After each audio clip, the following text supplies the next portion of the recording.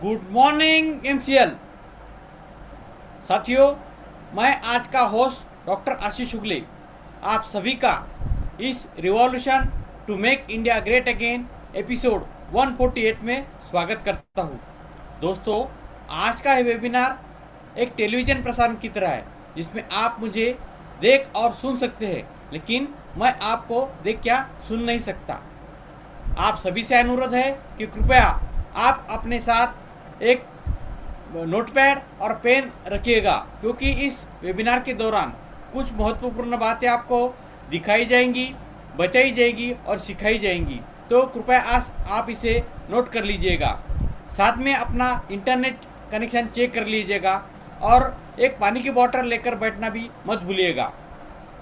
दोस्तों, हम लगभग 5 सालों से या उससे भी ज़्यादा समय से इस ऑर्गेनाइजेशन से यानी मिराक इन्फ्लुएंस लिमिटेड से जुड़े हुए हैं और अब समय आ चुका है कि जो कुछ बातें, जो सपने हमने संजोए थे, जो हमारे किसान भाई, जो एमएसएस, जो एमपीओ ओनर, इन सभी को जो वादे हमने किए थे वो वादा निभाने का समय आ चुका है दोस्तों। जी हाँ, अब तनिक भी रुकने की ज़रूरत नहीं है, तो हम निश्चित तौर पे आगे बढ़ेंगे। तो चलिए अब आगे बढ़ते हैं और इस वेबिनार की शुरुआत करते हैं इस प्रोजेक्ट वीडियो के साथ।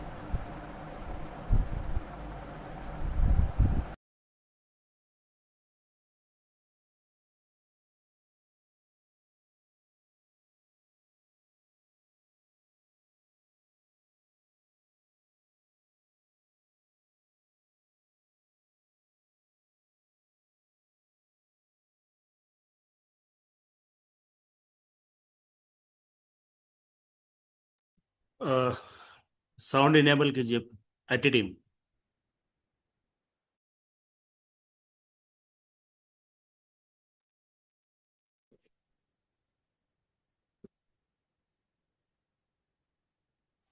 स्टार्ट।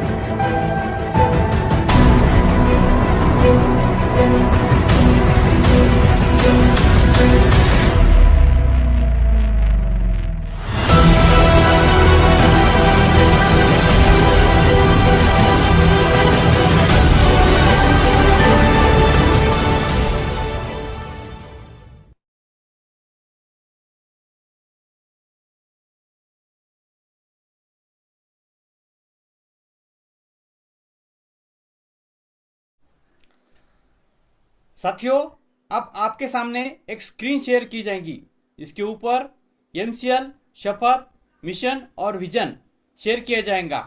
तो आप सभी से अनुरोध है कि कृपया आप आपके मन में मेरे साथ दोहराइएगा।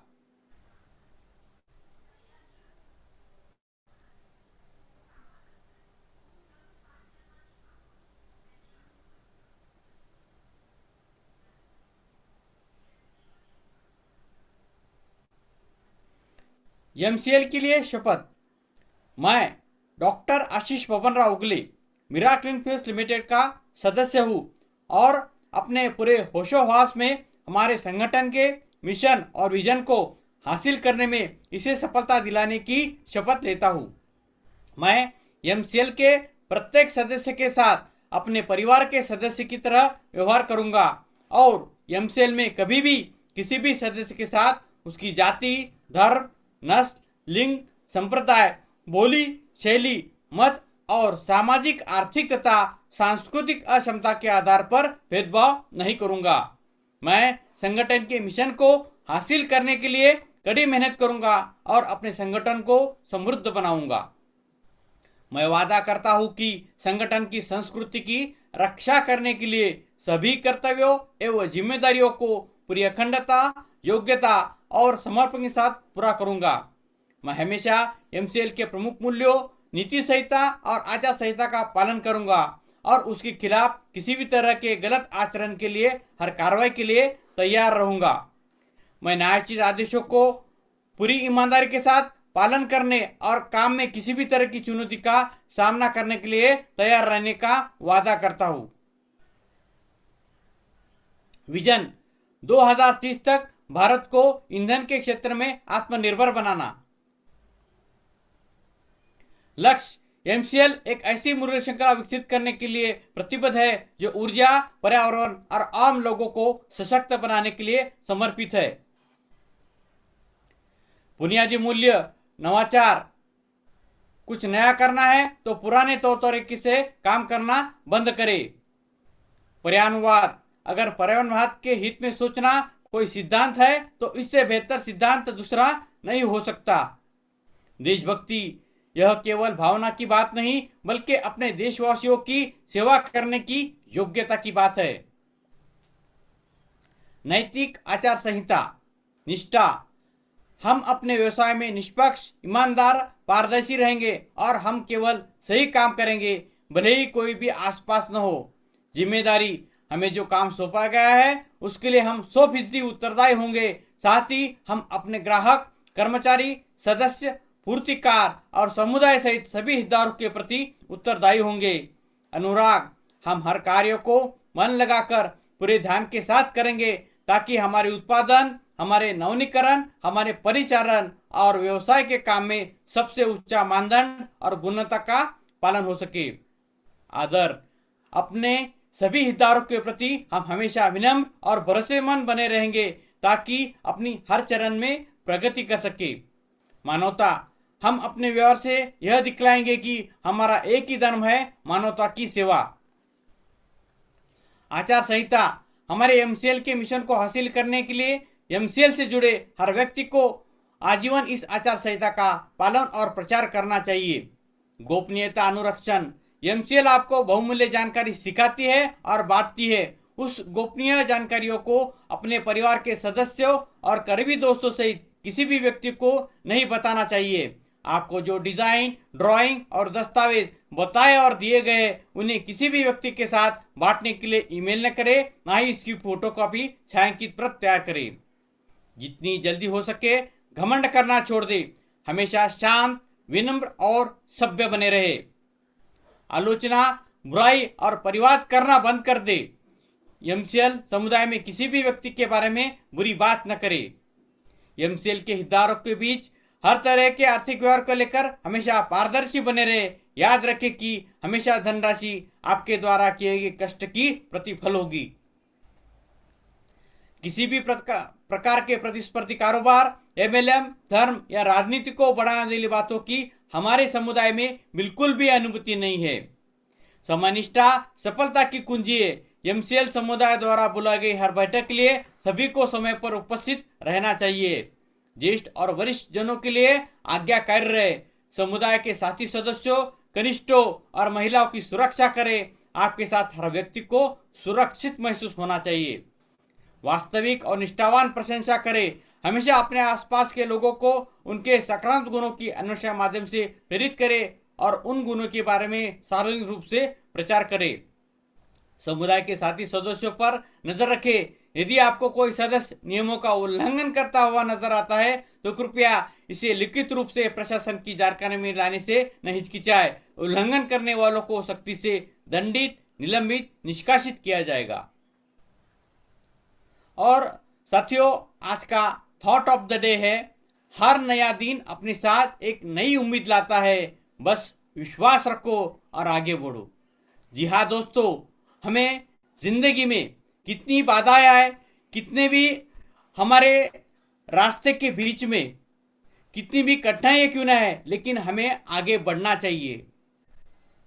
आप सभी ने एक कहावत सुनी होगी कि जब मुक्केबाजी का सामना होता है तो इस मुक्केबाजी के सामना यानी बॉक्सिंग के जब कोई फाइट चली होती है तो इस फाइट में जो मुक्केबाज होते हैं एक दूसरे को मुक्का मारते हैं, यानी पंच करते हैं, और पंच करने के बाद में जो अपोजिट वाला जो पहलवान होता है या बॉक्सर होता है वो नीचे गिर जाता है। तो ऐसे हालात में क्या होता है कि अगर कोई बॉक्सर दूसरे बॉक्सर को कितनी बार भी क्यों ना मारे, अगर वो नीचे गिरता है तो यह हार नहीं होती।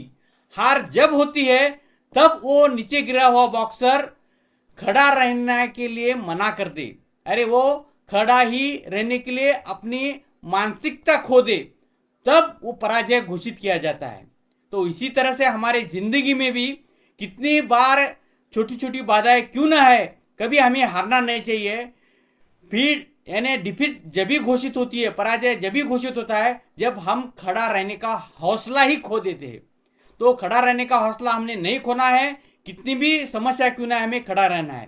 तो ऐसे ही अडिग रीत्या खड़े हुए कुछ हमारे एमसीएल परिवार के सदस्य हैं और इसी मंच पर एक ऐसे ही हमारे एमसीएल परिवार की डॉटर ऑफ एमसीएल को मैं यहाँ पर आमंत्रित करना चाहता हूँ कि जिन्होंने अपनी शिक्षा बीकॉम यानी बैचलर ऑफ कॉमर्स में पूरी की है। अभी वो एक फैशन डिजाइनिंग के क्षेत्र में कार्यरत है और बहुत अच्छी तरह से अपने पिता का हाथ बढ़ाते हुए इस संकट के समय में उन्होंने अपने तहसील में कार्य कर रही है। तो let's welcome all the way from Igatpuri tehsil miss Hetal Tare ma'am. Over to you ma'am.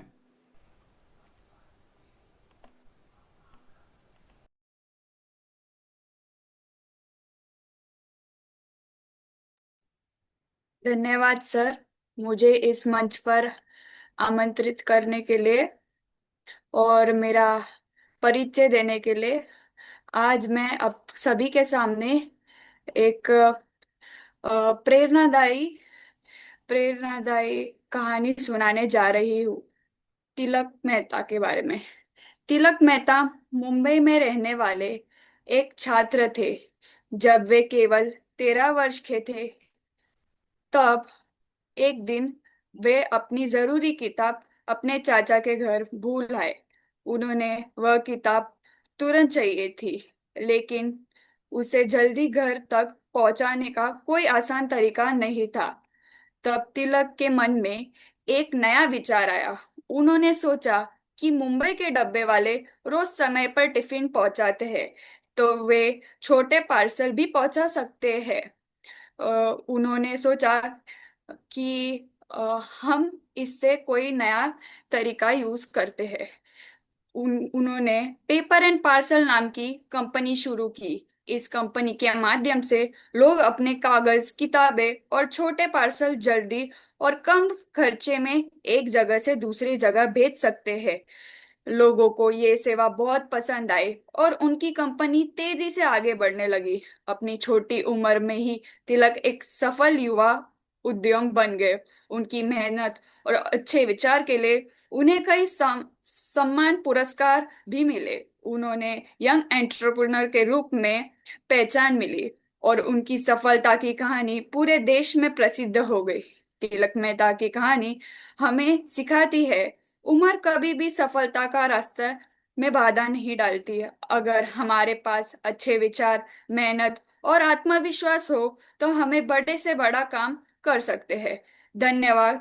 नैतिक शिक्षा, अच्छी सोच, कड़ी मेहनत और आत्मविश्वास से हर सपने पूरे किए जा सकते हैं।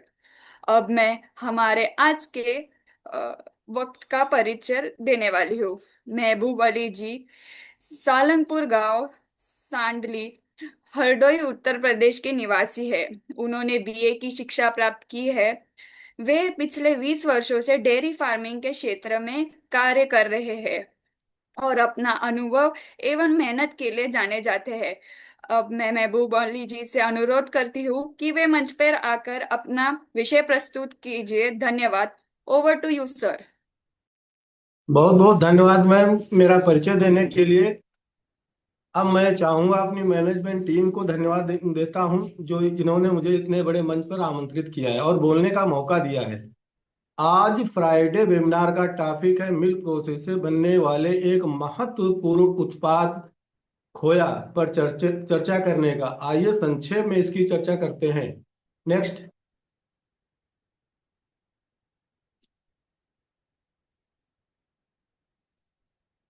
खोया। खोया या मावा दूध का तेज आंच पर पकाकर उसका पानी सुखाकर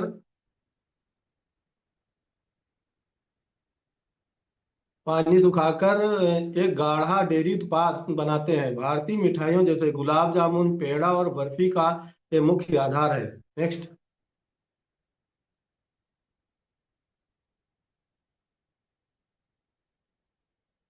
खोया तीन प्रकार का होता है। नंबर एक पिंडी, नंबर दो ढप जिसको दानेदार भी कहते हैं, नंबर तीन चिकनिया। नेक्स्ट।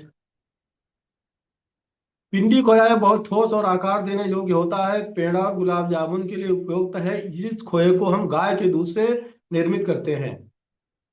ढब खोया भैंस के दूध से बनाया हुआ एक नरम, ढीला और दानेदार पदार्थ है। बर्फी के लिए उपयुक्त होता है।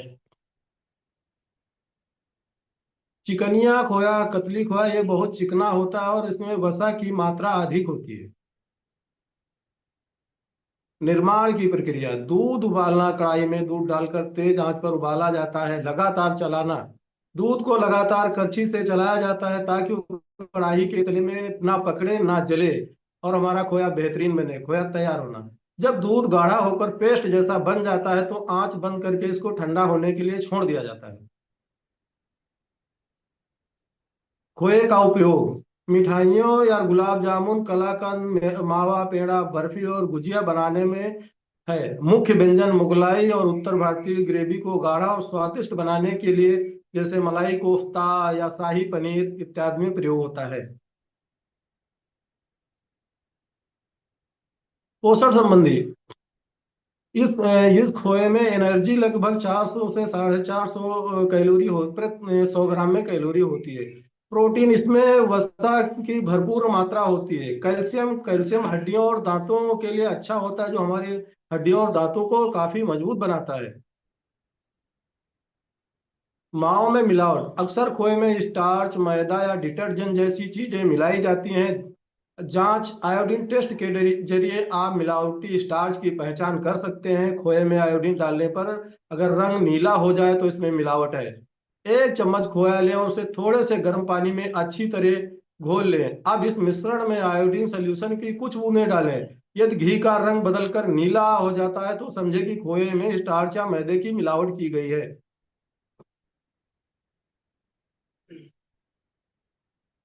खोए के एक छोटे से टुकड़े को अपनी हथेली पर रखकर रगड़ने से अगर खोया असली है तो पिघलने लगेगा और हथेली पर प्राकृतिक घी की महक आएगी और चिकनाई छूट जाएगी। यदि खोया नकली या रबर जैसा टाइट है, हथेली पर चिपकने लगे या साबुन जैसी महक आए तो वो मिलावटी है। Third test. गर्म पानी और चीनी का टेस्ट। एक बर्तन में थोड़ा खोया लें और उसमें थोड़ी चीनी मिलाएं। इसे गर्म करने पर यदि खोया घी के बजाय पानी छोड़ने लगे तो ये मिलावटी मावा है। खोया बिजनेस। औसतन ये 10 से 20 रुपए तक प्रति किलोग्राम प्रॉफिट मार्जिन होता है। ये मार्जिन आपकी दूध की खरीद और कीमत पर बिक्री के तरीके पर निर्भर करता है। खोया बनाने के तरीके पारंपरिक या मशीनों पर निर्भर करता है। उत्पादन अनुपात आमतौर पर 4 से 5 लीटर दूध से 1 किलोग्राम खोया तैयार होता है। लागत और मुनाफा, यदि आप पारंपरिक तरीके से काम करते हैं तो लागत कम निकलती है। अगर आप इसको मशीनों से बनाते हैं तो इसमें हमारा 10% तक लाभ अधिक हो जाता है। निष्कर्ष, भारतीय खोया भारतीय मिठाइयों की जान है। इसके बिना पारंपरिक त्योहारों और व्यंजनों की कल्पना नहीं की जा सकती है। साथ ही साथ व्यवसाय का बेहतर अवसर प्रदान करता है। आज का यह विषय सतत विकास लक्ष्य के बिन 3 गुड हेल्थ और वेल बीइंग को पूरा करता है, जो एमसीएल का महत्वपूर्ण उद्देश्य में से एक है। Thank you. अब वक्त है हमारे CMD and CEO MCL doctor Shyam Gholap Shivaji sir मंच पर आमंत्रित करने का। Please welcome sir, over to you sir.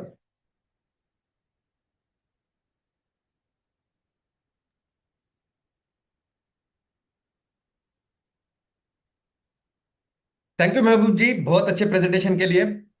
दोस्तों नमस्कार, मैं डॉक्टर श्याम गोलप फिर से एक बार आपका ट्रेनिंग सेशन में स्वागत करता हूं। मैं आशा करता हूं कि आप सभी लोग स्वस्थ हैं और आप अपने साथ अपने परिवार का, यानी घर का परिवार और एमसीएल परिवार दोनों का ख्याल रख रहे हैं। मैं ये भी उम्मीद करता हूं कि आप सभी लोग 1 घंटा बहुत अच्छी एक्सरसाइज कर रहे हो, अपने हार्ट अपने लंग को मजबूत कर रहे हो और अपनी इम्यूनिटी को बढ़ा रहे हो। तो चलिए शुरुआत करते हैं आज के इस सेशन के साथ।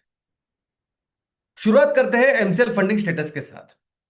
तो दोस्तों एमसीएल का फंडिंग स्टेटस यह है कि एमसीएल ने फंडिंग की पूरी तैयारी की है। एमसीएल ने फंडिंग का पूरा इंतजाम किया है। एमसीएल ने अपने पूरे परिवार के लिए एक बिजनेस रोडमैप तैयार किया है और उस बिजनेस रोडमैप को पूरा करने के लिए जो फंडिंग चाहिए उसका इंतजाम एमसीएल ने किया है।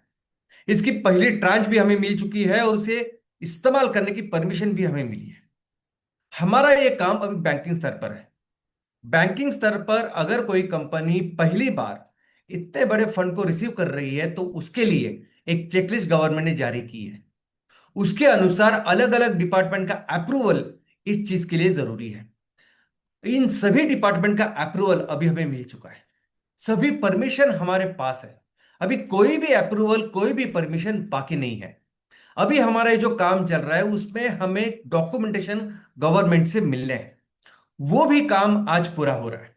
आज हमें आखिरी डॉक्यूमेंट मिल रहा है। सोमवार के बाद हम कभी भी जैसे वो बोलेंगे हम इस ट्रांजिशन की शुरुआत करेंगे। दोस्तों आज हम ऐसे पोजीशन में हैं कि हमारे काम के लिए कोई भी ऑर्डर, कोई भी डिसीजन मेकिंग, कोई भी परमिशन, कोई भी अप्रूवल की बिल्कुल जरूरत नहीं। अभी जो भी काम चल रहा है वो महज एक प्रोसेस, एक फॉर्मेलिटी वो चल रही है। गवर्नमेंट डिपार्टमेंट अपना काम बहुत अच्छी तरह से कर रहे हैं, लेकिन इसको विलंब थोड़ा सा इसलिए हुआ कि हमारा एमसीएल का जो बिजनेस मॉडल है वो अपने आप में एक यूनिक ऐसा मॉडल है जो थोड़ा सा डिफिकल्ट है, कॉम्प्लेक्स है समझने के लिए। तो इसलिए इस प्रोजेक्ट या बिजनेस को लेके जो गाइडलाइन बनानी है उसे बनाने के लिए थोड़ा सा वक्त लगा, लेकिन वही लगा, वो सभी गाइडलाइंस, वो सभी पेपर वर्क पूरा हो रहा है। आज जो बचा हुआ पेपर वर्क, डॉक्यूमेंटेशन वो पूरा हो जाएगा। सोमवार के बाद हम ये जो डिस्ट्रीब्यूशन की या ट्रांजेक्शन की शुरुआत करेंगे इसके बारे में मैं आपको बताऊंगा। और दोस्तों ये पूरी जो प्रोसेस हो रही है ना, ये प्रोसेस पहली और आखिरी बार है और ये हमारे पूरे फंडिंग की राशि के लिए है। एक बार इसकी शुरुआत हो गई तो आने वाले दिनों में जो ट्रांचेस है वो बिना किसी प्रोसेस के स्मूथ और एफिशिएंट रहेंगे। सिर्फ हमें हर ट्रांच के बाद उसका यूटिलाइजेशन रिपोर्ट गवर्नमेंट को, बैंक को सबमिट करना है और यह हमारी इन्वेस्टर की टीम अच्छी तरह से करने वाली है। ये इन्वेस्टर की टीम ट्रांचेस डिस्ट्रीब्यूशन को इस तरह से कंट्रोल करने वाली है कि वो सुनिश्चित करेंगे कि हर एक रुपए को हम सही दिशा में, सही पर्पज के लिए, सही विषय के लिए इस्तेमाल करें और वही ये रिपोर्ट बना के गवर्नमेंट को देने वाली है। और इस फंडिंग के साथ हम अपनी जो लेजिटिमेट लायबिलिटी उसको कंप्लीट करेंगे, लेकिन साथ ही हमारा जो बिजनेस रोडमैप है उसको पूरा करेंगे, जिसके तहत हम हमारे परिवार के हर एक उद्योजक के लेवल पे बिजनेस की शुरुआत करें। हर एमवीपी, हर एमएसएस, हर एमपीओ के लेवल पे बिजनेस की शुरुआत करेंगे, जिसमें कम से कम 200 एमकोल प्रोजेक्ट और 25 एमसीएनजी प्रोजेक्ट होगा। और एक बार हमने ये किया तो हमें एस्टेब्लिश करेंगे कि मेरा क्लीन फिल्स लिमिटेड एक बिजनेस ऑर्गेनाइजेशन है जो सस्टेनेबिलिटी सेक्टर में काम करती है, जो सस्टेनेबल ईंधन, सस्टेनेबल फूड, सस्टेनेबल चीजें बनाती है और बेचती है। इनकी अपनी मैन्युफैक्चरिंग यूनिट्स है, इनकी अपनी मार्केटिंग की यंत्रणा है, और ये इनका रिपोर्ट कार्ड है। इतना इन्होंने टर्नओवर किया है, इतना इनका प्रॉफिट है। तो एक अच्छे रिपोर्ट कार्ड के साथ हम अपने आप को एज अ बिजनेस ऑर्गेनाइजेशन करके एस्टेब्लिश करेंगे। और उसके बाद अभी ये जो प्रॉब्लम, परेशानी या दिक्कत हमें फंड रिसीव करने के लिए हो रही है, हमेशा हमेशा के लिए मिट जाएगी। लेकिन उससे भी महत्वपूर्ण बात यह होगी कि इस सस्टेनेबिलिटी सेक्टर में एक बहुत बड़ी कंपनी करके हम उभरेंगे, जिसमें कई सारी नेशनल, इंटरनेशनल एजेंसीज, कंपनियां निवेश करने के लिए उत्सुक होंगे। यह बात अलग है कि हमारे जो अभी के फंडिंग पार्टनर हैं, ये इतने कैपेबल है कि हमें फंडिंग के लिए कहीं देखने की जरूरत भी नहीं होगी। लेकिन इस सभी प्रोसेस में और आने वाले दिनों में जब हमें अपने कंपनी को आईपीओ में लिस्ट करना है, इस सभी जगह में ये गवर्नमेंट एजेंसीज जो आज हमारी मॉनिटरिंग कर रही है, ये हमारी मदद करेगी।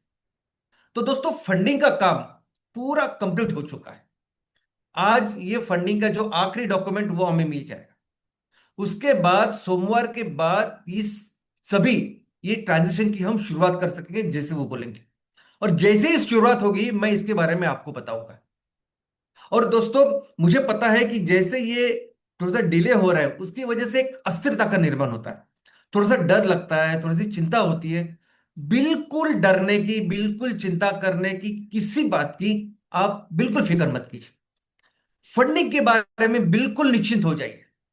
अभी ये फंडिंग आपके सामने होगी, और सिर्फ फंडिंग नहीं, एक व्यवस्था आपके सामने होगी।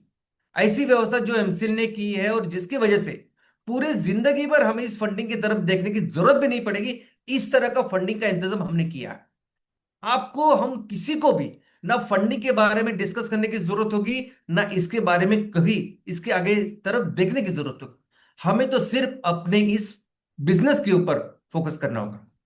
और दोस्तों, मुझे पता है कि कम्युनिकेशन नहीं है, तो जैसे ही इस काम की शुरुआत होगी, वैसे हम इस कम्युनिकेशन की भी शुरुआत करेंगे। इनफैक्ट आज जो माहौल चल रहा है, आज जो सिचुएशन या कंडीशन है हमारे पूरे परिवार में, मैं आपको वादा करता हूं कि जैसे ही इस ट्रांजिशन की शुरुआत होती होगी, 24 घंटे के अंदर, एक दिन के अंदर ये पूरी परिस्थिति चेंज होने वाली है। और ये चेंज इसलिए नहीं होगी कि उस 24 घंटे में हम सब पैसे सबको दे देंगे। वो इसलिए चेंज होगी कि वो व्यवस्था आपके सामने होगी।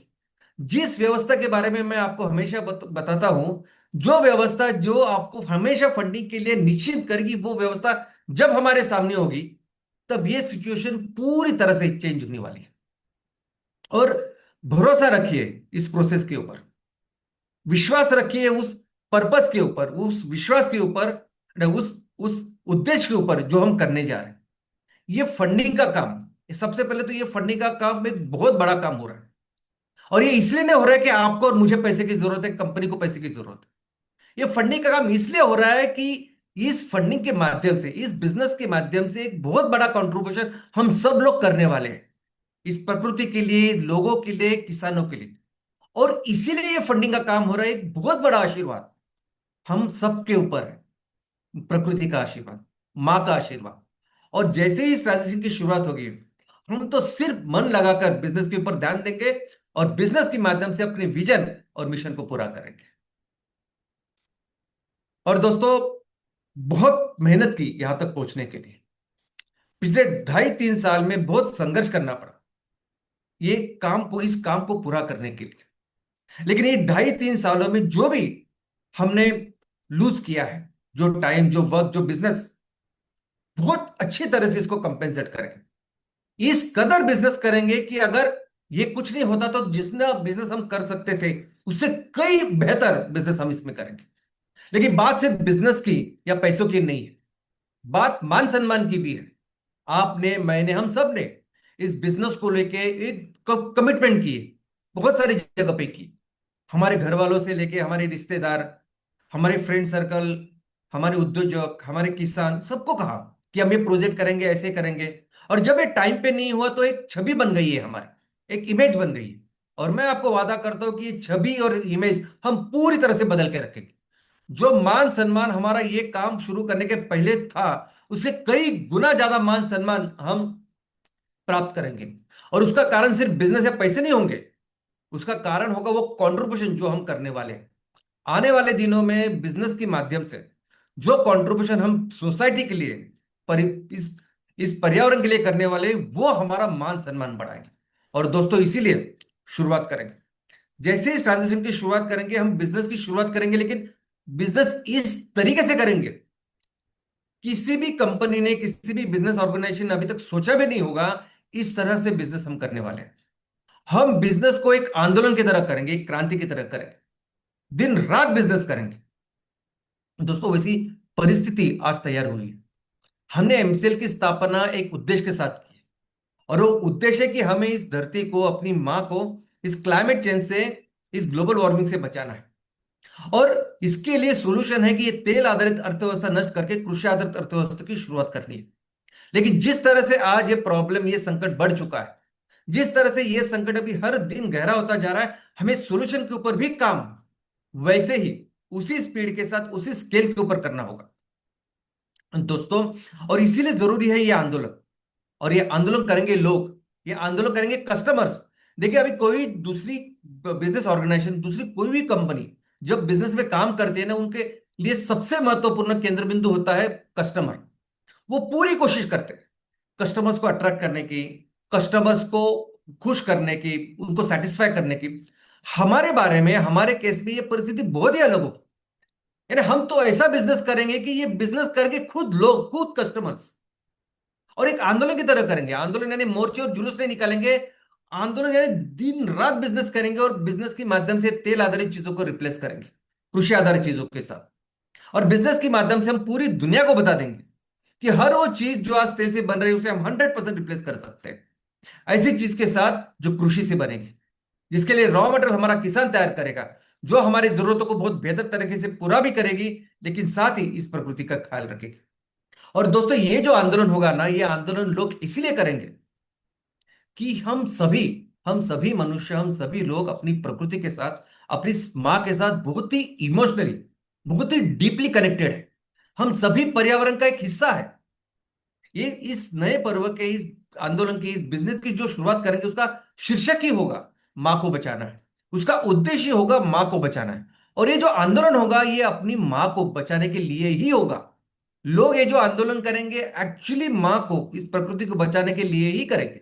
ये बात अलग है कि बिजनेस के माध्यम से वो अपने आर्थिक और सामाजिक प्रॉब्लम दूर करेंगे, बेहतर बनेंगे, लेकिन जो आंदोलन होगा वो अपनी मां के लिए होगा। और दोस्तों, इस आंदोलन का जो मंच होगा, वो मंच है 5E मिशन मंच।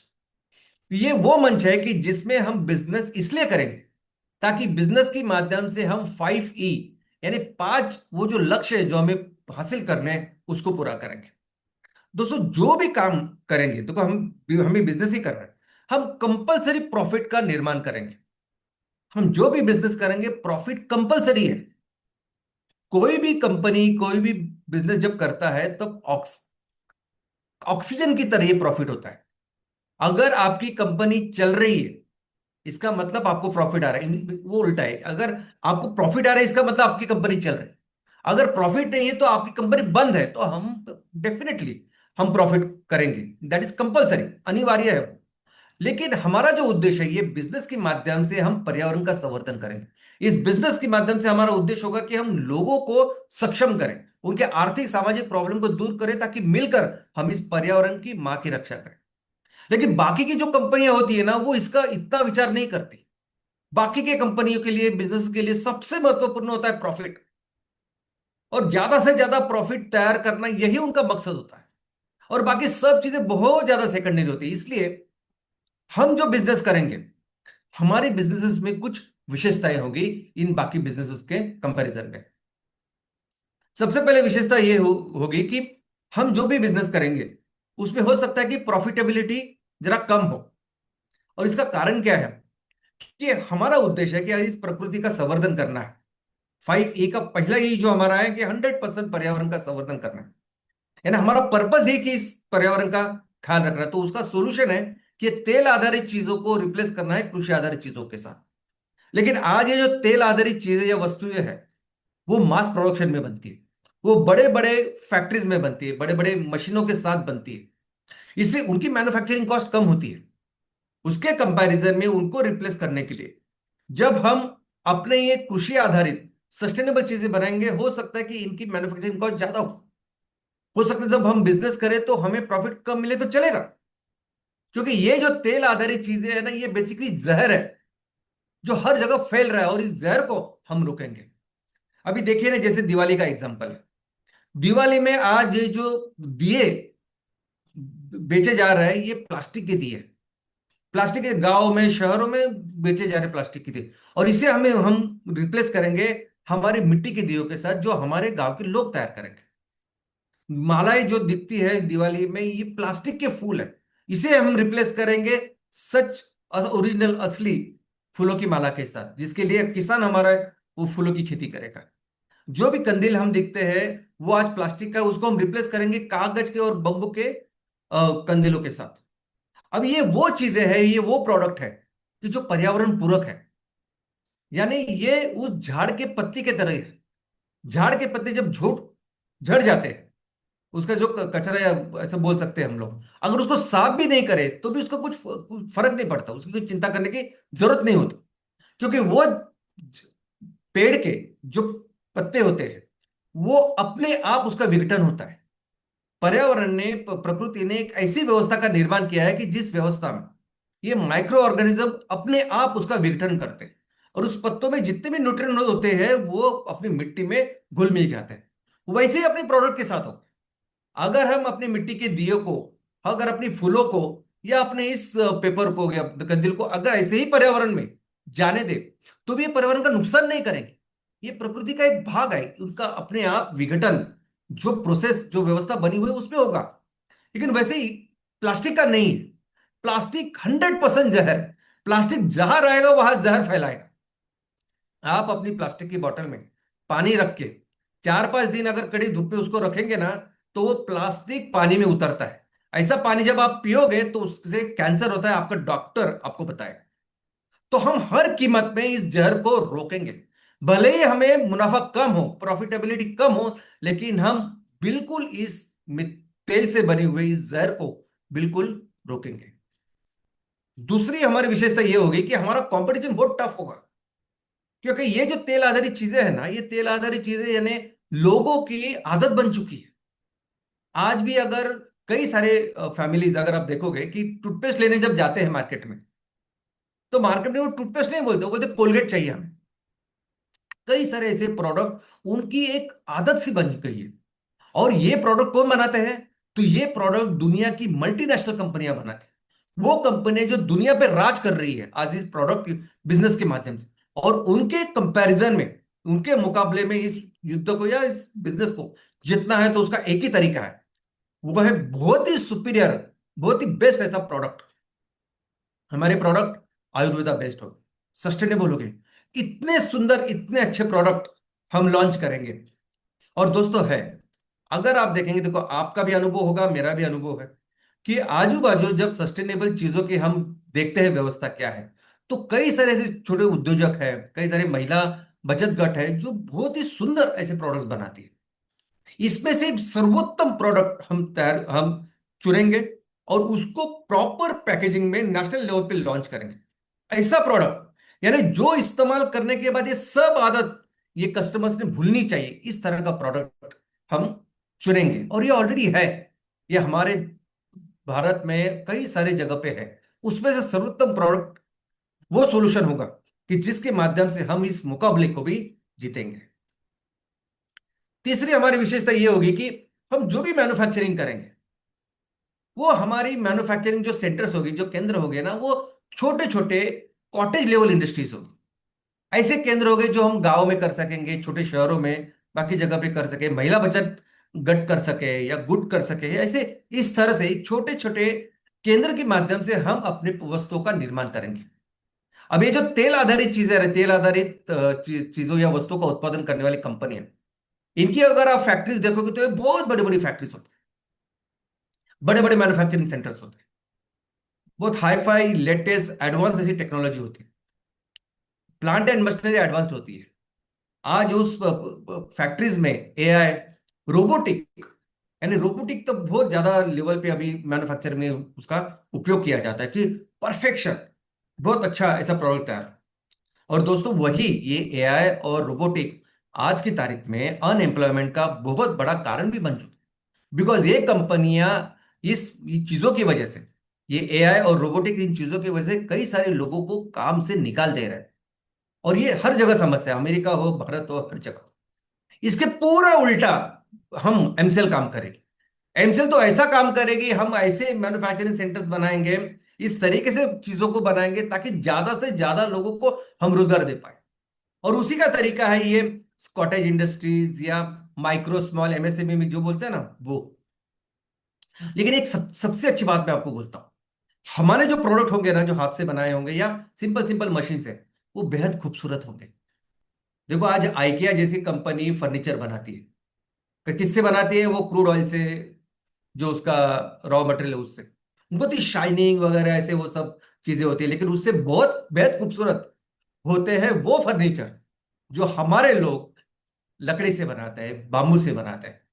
कोई भी प्लास्टिक की चीज आप लीजिए मार्केट से, लेकिन उसको जब आप रिप्लेस करोगे ऐसे चीजों के साथ जो हाथ से बनाई जाती है, वो बहुत खूबसूरत होती है। इनफैक्ट हाथ से बनाई हुई चीजों को पूरे दुनिया में बहुत ज्यादा कीमत मिलती है, खूब ज्यादा अप्रिशिएट किया जाता है। ये हमारा महत्वपूर्ण विशेष होगा। अगली जो विशेषता हमारी होगी वो ये होगी कि ये सब तेल आधारित जो चीजें हैं ना, उसकी मार्केटिंग करने के लिए, प्रमोशन करने के लिए बड़ी बड़ी कंपनियां, ये मल्टीनेशनल कंपनी बड़े बड़े ब्रांड एम्बेसडर्स को रखती है, एक्टर्स, क्रिकेटर्स, इनको रखती है। ये आके वो माल बेचते हैं। जैसे हम देखते हैं कि सिंपल टॉयलेट का लिक्विड, उसको बेचने के लिए शाहरुख खान भी वहां होता है, अक्षय कुमार भी वहां होता है। सिंपल अपना कपड़े धोने की जो टिकिया या पाउडर होता है, उसको बेचने के लिए खुद अमिताभ बच्चन वहां रहते हैं। हम वैसा नहीं करेंगे। हमारे लिए जो हमारा प्रमोशन है, हमारी मार्केटिंग करेंगे वो लोग जो खुश है, जो समाधानी है, जो आनंदी है ये प्रोडक्ट का इस्तेमाल करने के बाद। और दोस्तों दुनिया में सबसे बेस्ट, सबसे इफेक्टिव मार्केटिंग अगर कोई है तो वो मार्केटिंग जो बाय वर्ड, बाय जो कस्टमर करते हैं, उस तरह से मार्केटिंग हम करेंगे। और दोस्तों एक बहुत ही इंपॉर्टेंट चीज है, इस 5 ई में एक महत्वपूर्ण ई हमारा है एम्पावरमेंट, सक्षमीकरण किसानों का। इसीलिए हम जहां जहां काम करेंगे वहां किसान आज जो फसल तैयार कर रहा है, उस फसल के ऊपर प्रोसेसिंग, हम प्रोसेसिंग की यूनिट की शुरुआत करेंगे। जो भी पॉसिबल हो, बहुत बड़े बड़े यूनिट नहीं, लेकिन जो भी सिंपल पॉसिबल प्रोसेसिंग, जिसके माध्यम से हम किसानों को एक सस्टेनेबल, एक शाश्वत इनकम दे पाए। इमीडिएटली फर्स्ट डे पे ही या शुरुआत के पे ही हम लोग बहुत हाईफाई मशीन, हाईफाई प्रोजेक्ट शायद नहीं लगा पाए। लेकिन आज क्या हो रहा है, किसान वो फसल डायरेक्ट मार्केट में जाके बेच रहे। मार्केट में जो उथल फुथल होती है, उतार चढ़ाव होता है, उसको से डायरेक्ट गंभीर परिणाम आज उसके उस अर्निंग के ऊपर हो रहा है। तो हम कुछ ऐसी व्यवस्था करेंगे कि जिसकी वजह से उसको चिंता नहीं है, उसको एक डेफिनेट इनकम उसको मिल सके, ये हम काम करेंगे। और दोस्तों इसकी बहुत जरूरत मुझे लगती है, बहुत इंपॉर्टेंट है ये बात। अभी देखिए एक एग्जांपल जो मेरे सामने है, और मैं व्यथित होता हूं उस एग्जांपल के वजह से। देखिए कॉटन, कपास एक ऐसा प्रोड्यूस है, एक ऐसी एग्रीकल्चरल आउटपुट है कि जिसके वजह से, इस टेक्सटाइल इंडस्ट्री की वजह से ये ब्रिटेन, पूरा इंग्लैंड, यानी पूरा वो देश जो बहुत गरीब था वो बहुत अमीर बन गया, डेवलप्ड कंट्री बन गया है, सिर्फ और सिर्फ हमारी इस टेक्सटाइल इंडस्ट्री की वजह से, कपास, भारत के कपास और इस कॉटन की वजह से। और आज ये वो क्षेत्र है जहां ये कॉटन, जहां कापूस या कॉटन, कपास उसकी खेती की जाती है, वहां सबसे ज्यादा किसानों की आत्महत्या हो रही है। बहुत शर्म की बात है। तो हम बिल्कुल कोशिश नहीं, हम बिल्कुल ये काम करेंगे कि जिस तरह से इन चीजों के लिए किसानों को एक अच्छा, एक सस्टेनेबल इनकम मिले, चाहे वो कपास हो, चाहे वो प्याज हो, या कोई भी दूसरा एग्रीकल्चर प्रोड्यूस हो। शुरुआत करेंगे और जैसे जैसे हम सक्सेसफुल बिजनेस रन करेंगे वैसे ही उसको फिर बेहतर बनाएंगे, एक बेहतर स्केल पे बनाएंगे, एक बड़े बेटर आउटपुट पे बनाएंगे। और एक इंपॉर्टेंट विशेषता यह भी होगी कि हमारे बिजनेसेस में कोई डेफिनेट ऐसा बिजनेस पैटर्न नहीं होगा। यानी बाकी की जो कंपनियां ये तेल आधारित चीजों जो करती है ना, वो उनको कोई फर्क ही नहीं पड़ता लोकल क्या कल्चर है, लोग क्या है।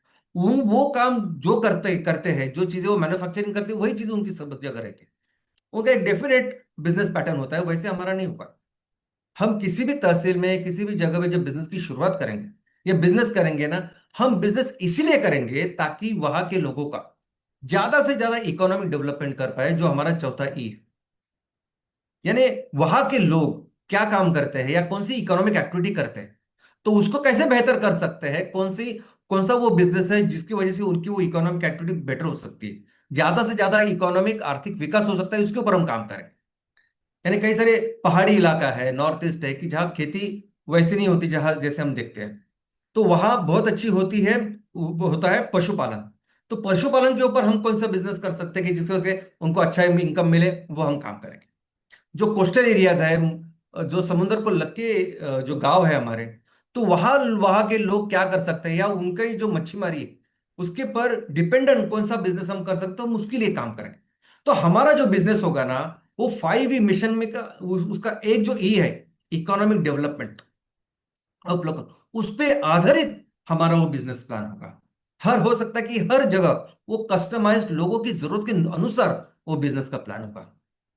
लेकिन दोस्तों, हम कोई भी बिजनेस करें, एक बहुत ही मूलभूत एक प्रिंसिपल उसका होगा, एक मंत्र होगा, कि जो भी बिजनेस हम करेंगे वो business compulsory successful business model होना चाहिए। सक्सेसफुल का मतलब है प्रॉफिटेबल होना चाहिए। और इसका कारण यह है कि हम शुरुआत कर रहे हैं, लेकिन हमें उस बिजनेस को उस पोटेंशियल तक लेके जाना है, उसकी जरूरत जितनी है वहां तक लेके जाना है। और उसको लेके जाने के लिए जो रिसोर्सेज है, यानी नेक्स्ट लेवल की फंडिंग अगर हमें चाहिए, तो कंपलसरी ये एग्जाम्पल, ये मॉडल हमें सक्सेसफुल करके दिखाना पड़ेगा इन्वेस्टर्स को कि हम इससे पैसा कमाते हैं, और आप जो भी निवेश करेंगे उससे हम ज्यादा पैसा कमा के आपको दे सकते हैं। और जिस सेक्टर में हम काम कर रहे हैं, सस्टेनेबिलिटी, उस सेक्टर में अभी जो बैंक से हम कर्जा लेते हैं, उतना ज्यादा रेट ऑफ इंटरेस्ट की भी उनको अपेक्षा नहीं है कि इतने ज्यादा रेट ऑफ इंटरेस्ट पे आप हमें रिटर्न दे दोगे। कम रेट ऑफ इंटरेस्ट पे वो पैसे देने के लिए तैयार है, क्योंकि सेक्टर इतना इंपॉर्टेंट है। तो बहुत इंपॉर्टेंट होगा कि हम हर एक बिजनेस को, जो भी बिजनेस हम करें, उसको सही तरह से उसको सक्सेसफुल करके दिखाएं। और दोस्तों, हमने एक्चुअली फंडिंग के बारे में ऐसी अरेंजमेंट की है ना, कि हमने इस फंडिंग के लिए इन्वेस्टर्स की एक कॉन्सोर्शियम, जिसे बोलते हैं कॉन्सोर्शियम या टीम या एक संगठन, जो इंडिपेंडेंट ऑफ कोर्स लेकिन संगठन है, जो तैयार है एनसेल में निवेश करने के लिए, और जो देख रहा है कि आप अभी जो फंडिंग आपको मिली है उसके साथ आप क्या कर रहे हैं। मोमेंट इस चीजों को, अगर हम इस फंडिंग के साथ जो अच्छे प्रोजेक्ट करते हैं, बिजनेस करते हैं, तो ये इमीडिएटली रेडी है इसमें ज्यादा पैसे डालने के लिए, उसको आगे लेके जाने के लिए। ये पूरी व्यवस्था हमने करके दी है, लेकिन उसके लिए जरूरत है कि हम हर बिजनेस जो करें वो मन लगाकर प्रॉफिटेबल एक सक्सेस मॉडल ऐसा करें। और दोस्तों, मुझे पूरा विश्वास है, मुझे पक्का विश्वास है, 100% गारंटी है कि हम वो कर दिखाएंगे। हम हमारे सभी परिवार के इतने अच्छे उद्योजक हैं, अगर आप कंपैरिजन जब मैं करता हूं बाकी के ऑर्गेनाइजेशन के साथ, तो ऐसे हीरे मिलेंगे ही नहीं कहीं। इस 2.5-3 सालों में जिन लोगों से मैं मिला, जिनको मैंने करीब से देखा, इतने अच्छे लोग नहीं होते कहीं, इतने कैपेबल उद्योजक हो आप सभी लोग, हम सभी लोग। और अभी इस परिस्थिति में भी जो हौसला आपने बनाए के रखा है, जो धैर्य आपने बना के रखा है, ये ऐसी क्वालिटीज है ना, ये नहीं होती किसी भी दूसरे ऑर्गेनाइजेशन में, संगठन में। इसीलिए बात सिर्फ सक्सेसफुल बिजनेस की नहीं है, बात तो ऐसी है ना कि अभी इस ट्रांजेक्शन की जैसी शुरुआत होगी ना, हम मिलकर एक बहुत, सच में बहुत बड़े आंदोलन की शुरुआत करेंगे।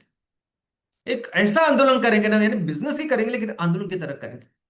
और ये ऐसा आंदोलन करेंगे कि अभी रुकेगा नहीं, फिर एक बार शुरू होने के बाद इतनी इतनी इतना पोटेंशियल है आपके, आप सभी में इतनी कैपेबिलिटी है। और वो बैकग्राउंड जो है ना, कि आप क्या पढ़े हो वगैरह, वो सब कुछ लेना देना नहीं, बहुत ही अच्छे उद्योजक हो आप सभी। इसलिए जब इसकी शुरुआत होगी ना, आप इस तरह से बिजनेस करोगे कि वो इन्वेस्टर्स को तैयारी है पैसे डालने के लिए, वो फिर ये साइकिल चलती रहेगी कि आप बिजनेस सक्सेसफुल करके दिखाओगे, वो उसको बड़ा करने के लिए और पैसे डालेंगे, और ये चलता रहेगा जब तक हम उस पोटेंशियल तक नहीं पहुंचते, वो अपने पोटेंशियल को पूरा नहीं करते। और दोस्तों, हम इस बिजनेस के माध्यम से ये तेल आधारित अर्थव्यवस्था नष्ट करके एक नए पर्व की, यानी कृषि आधारित अर्थव्यवस्था की शुरुआत करने वाले हैं। और इस नए पर्व, इस नए अर्थव्यवस्था में वो देश, जिस देश की इस दुनिया में सबसे ज्यादा पोटेंशियल है, वो है भारत। यानी हम जो काम करेंगे ना, हमारे कार्य की वजह से, हम सबके संगठन और मेहनत की वजह से, हम अपने देश को फिर से दुनिया की नंबर 1 अर्थव्यवस्था बनाएंगे। और मिलकर हम अपने देश को फिर से उस स्थान पे लेके जाएंगे जहां हमारा देश फिर से इस दुनिया का नेतृत्व करेगा। जय हिंद, जय MCL.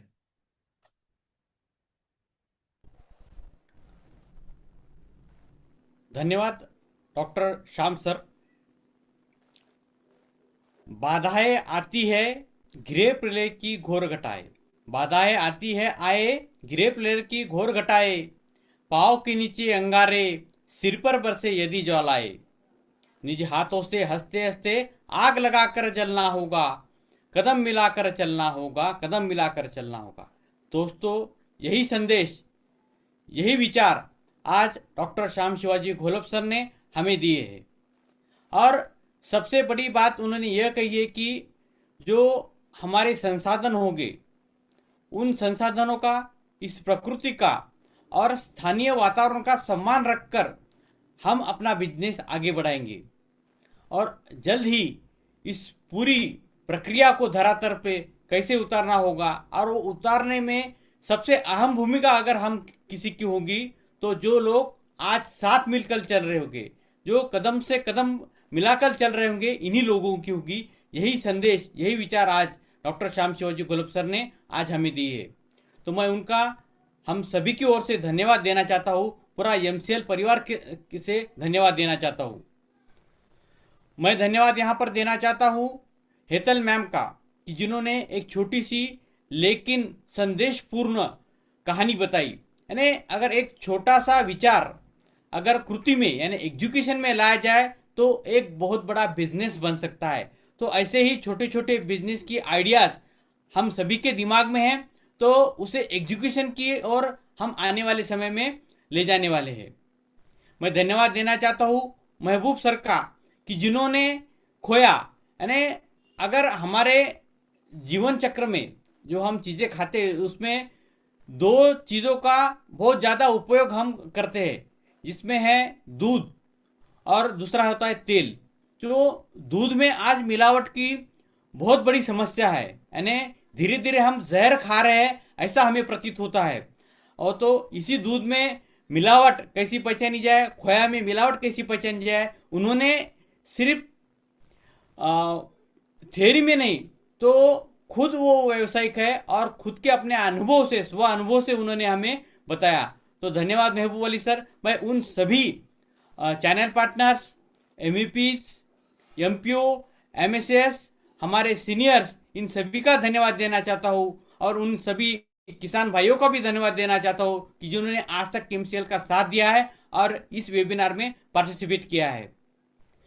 Last but not least, मैं पूरे webinar team, Santram sir, Priyesh sir, Varsha ma'am, इन सभी का भी धन्यवाद देना चाहता हूँ कि जो अविरत तरीके से इस पूरे सेमिनार को आगे बढ़ाने के लिए कोशिश करते हैं।